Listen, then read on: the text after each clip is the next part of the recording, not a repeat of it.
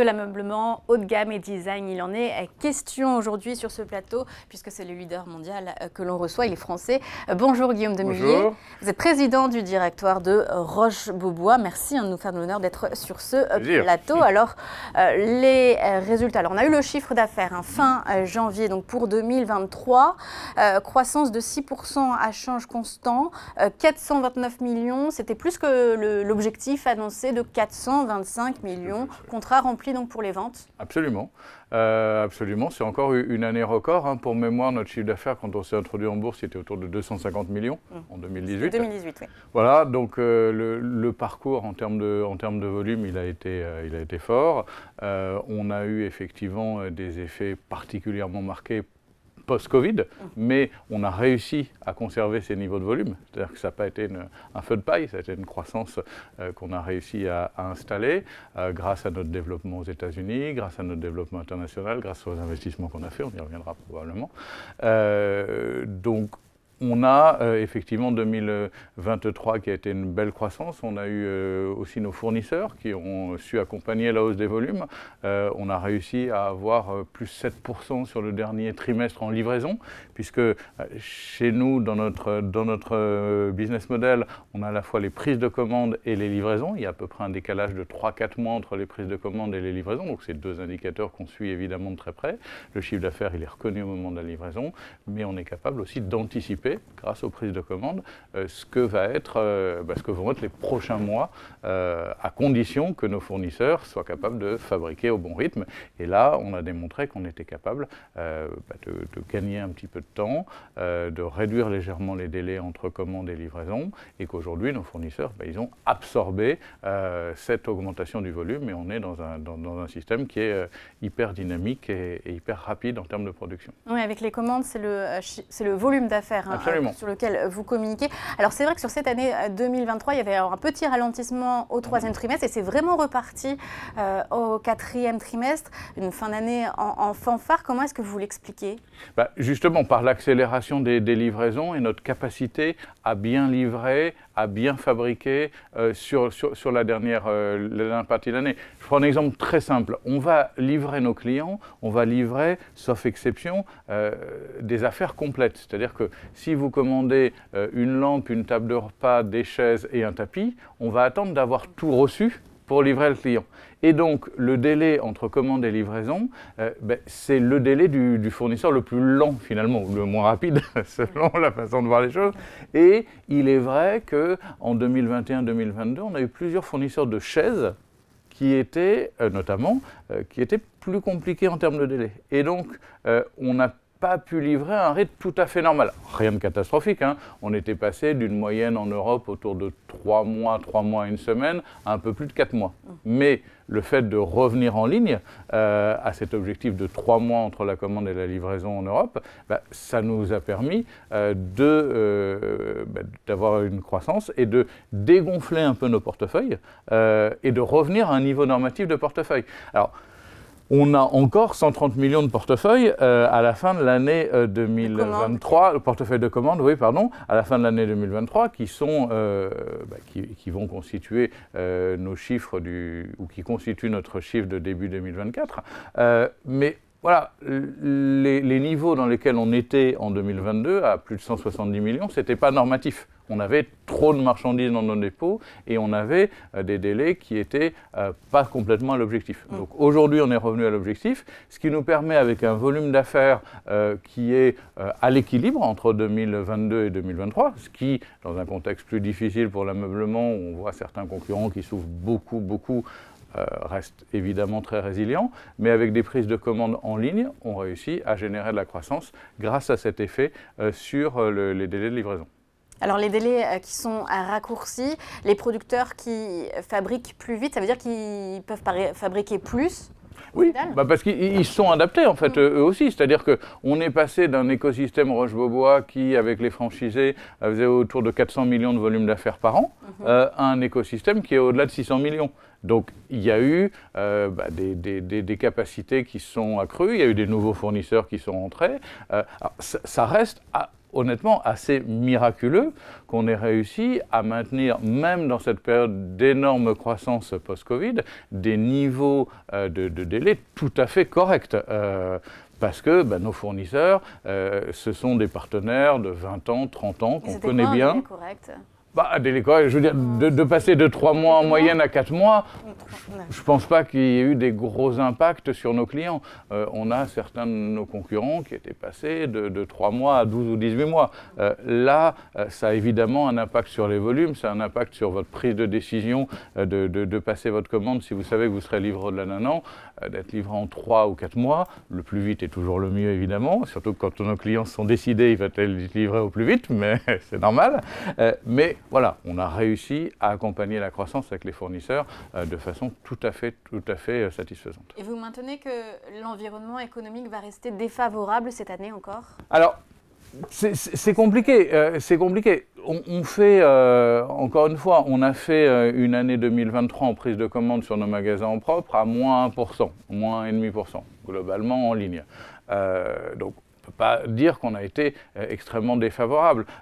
On a un début d'année qui est tout à fait correct, mais on est un petit peu différent suivant les pays. La France va très bien, voilà, alors que c'était un peu plus compliqué à l'automne dernier.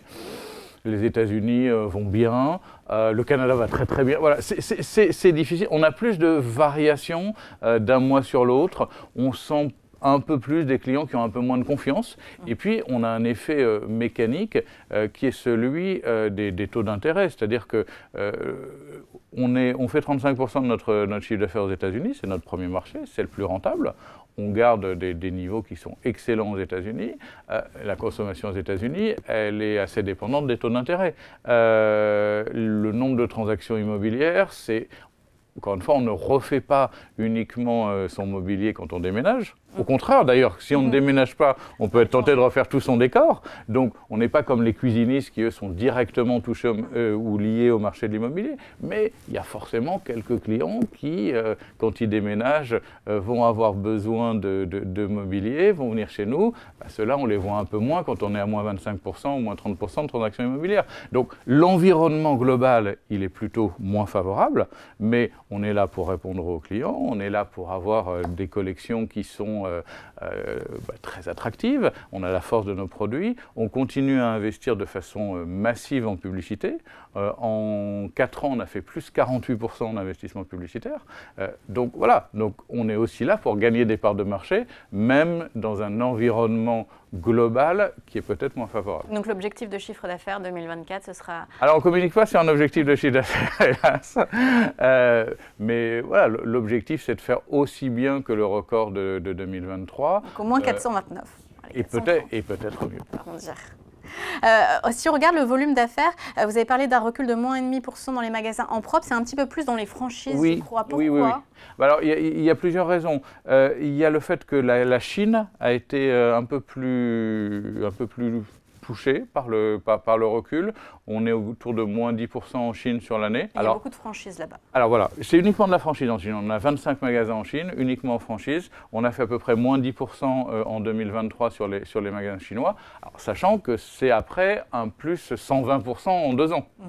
Donc, il y a eu une consommation en Chine en 2023 avec la fin de la politique zéro Covid qui a été un petit peu plus compliquée. C'est le cas dans toutes les marques de luxe, si je ne dis pas de bêtises. C'est le cas aussi chez nous. Donc voilà, là c'est de la franchise, c'est un peu pesé. En France, symétriquement, les franchises sont plutôt dans les plus petites villes. Et ces plus petites villes, elles ont des clientèles qui sont souvent un peu plus touchées par l'inflation, par des réductions de consommation, par des projets qui sont reportés. Alors qu'on a la chance d'être en propre en Île-de-France, sur la Côte d'Azur, dans les grandes villes, où on a à la fois de la clientèle qui est plus aisée, et puis aussi de la clientèle internationale qui, elle, continue à investir et continue à acheter chez nous. Alors, si on regarde ce qui va venir dans quelques semaines, c'est le 28 mars, c'est vos résultats annuels, donc c'est aussi avec le résultat opérationnel, résultat net. Il n'y avait pas d'objectif chiffré sur la croissance d'EBITDA, mais vous maintenez l'objectif de croissance devrait être autour de combien? Ah, ça c'est compliqué à vous dire. Les analystes attendent 86 millions. Ah, oui, ça devrait se faire sans problème.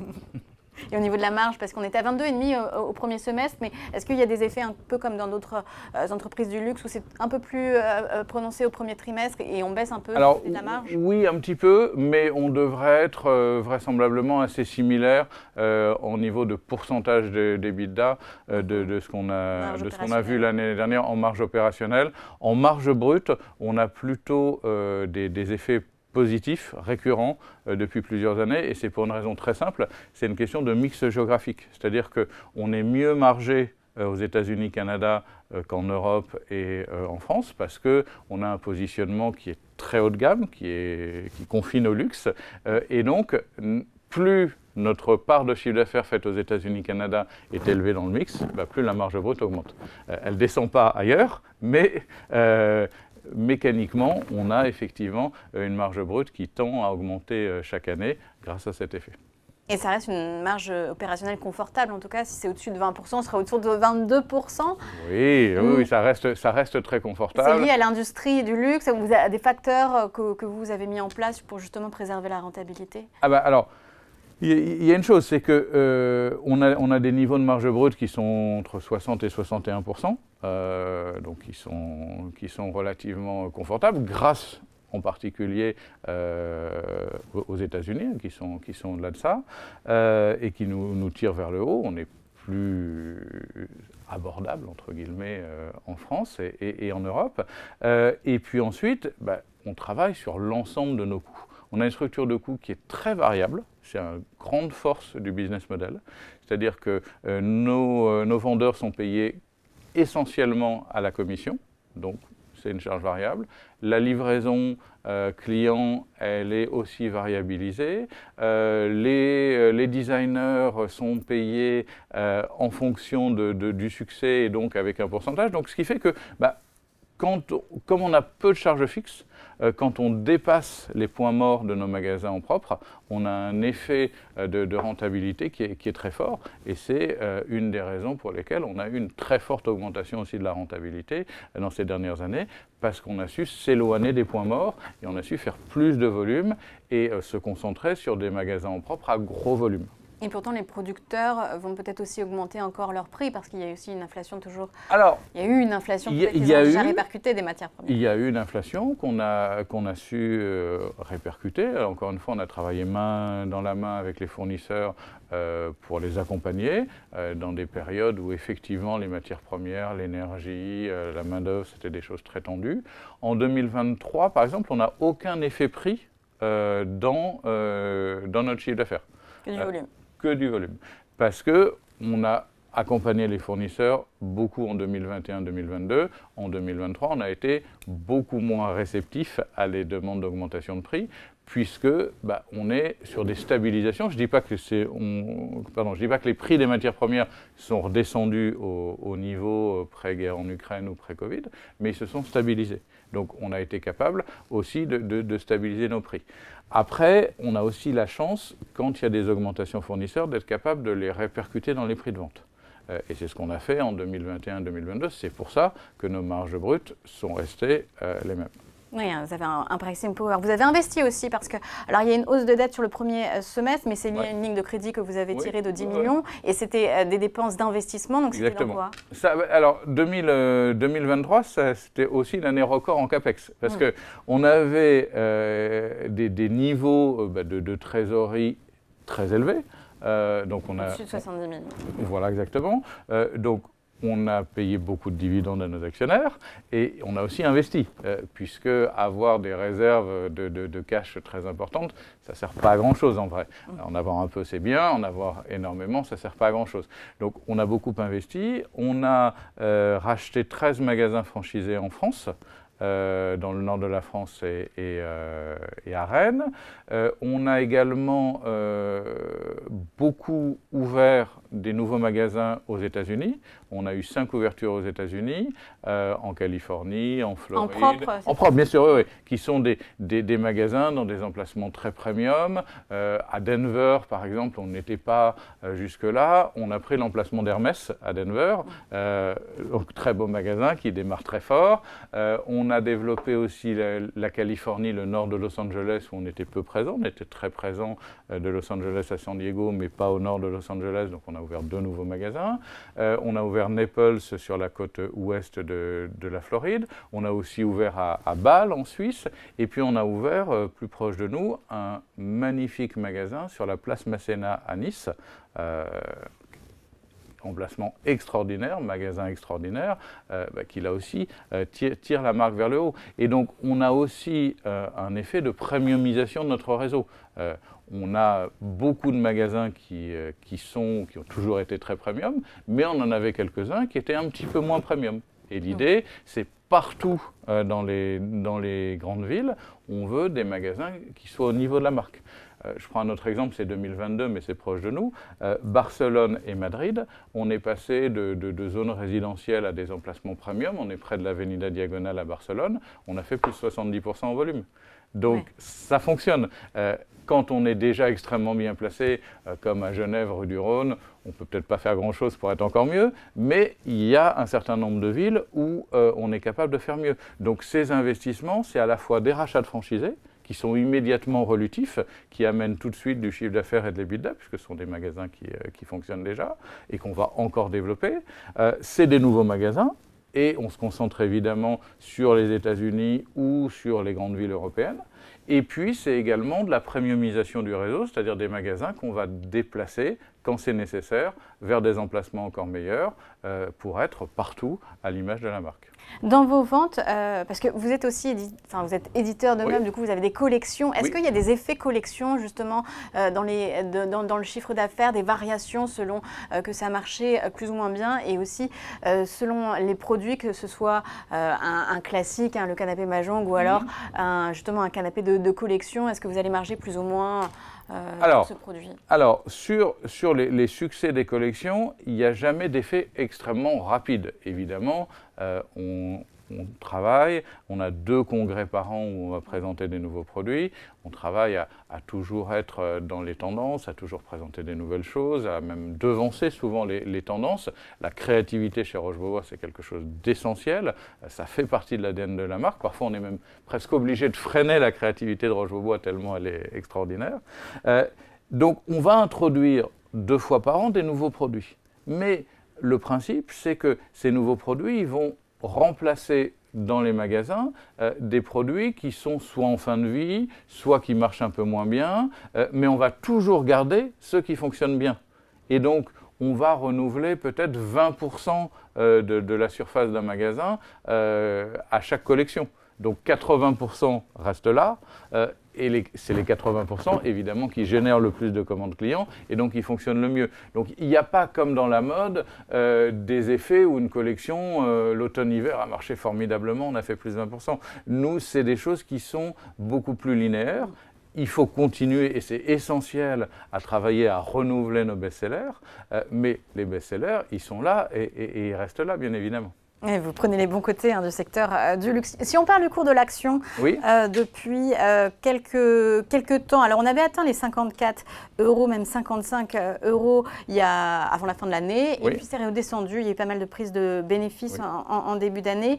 Comment vous l'expliquez? Qu'est-ce qu'il va falloir pour redonner un élan sur l'année 2024 à l'action? Le fait est, vous le savez, on a un flottant qui est assez petit, on est à 11% de flottant, donc des variations dans un sens comme dans l'autre de volume, à l'achat ou à la vente, peuvent avoir des effets un peu plus forts sur le titre. Donc on était effectivement monté à 54-55 au 31 décembre, mais avec des tout petits volumes sur les 2 dernières semaines de décembre, alors qu'aujourd'hui, on est autour de 48-49, un peu au-dessus du consensus des analystes, avec des volumes qui sont plus importants. Donc, à très court terme, peut-être que ce 48-49 avec des volumes plus importants, il est plus significatif qu'un 54 avec des tout petits volumes.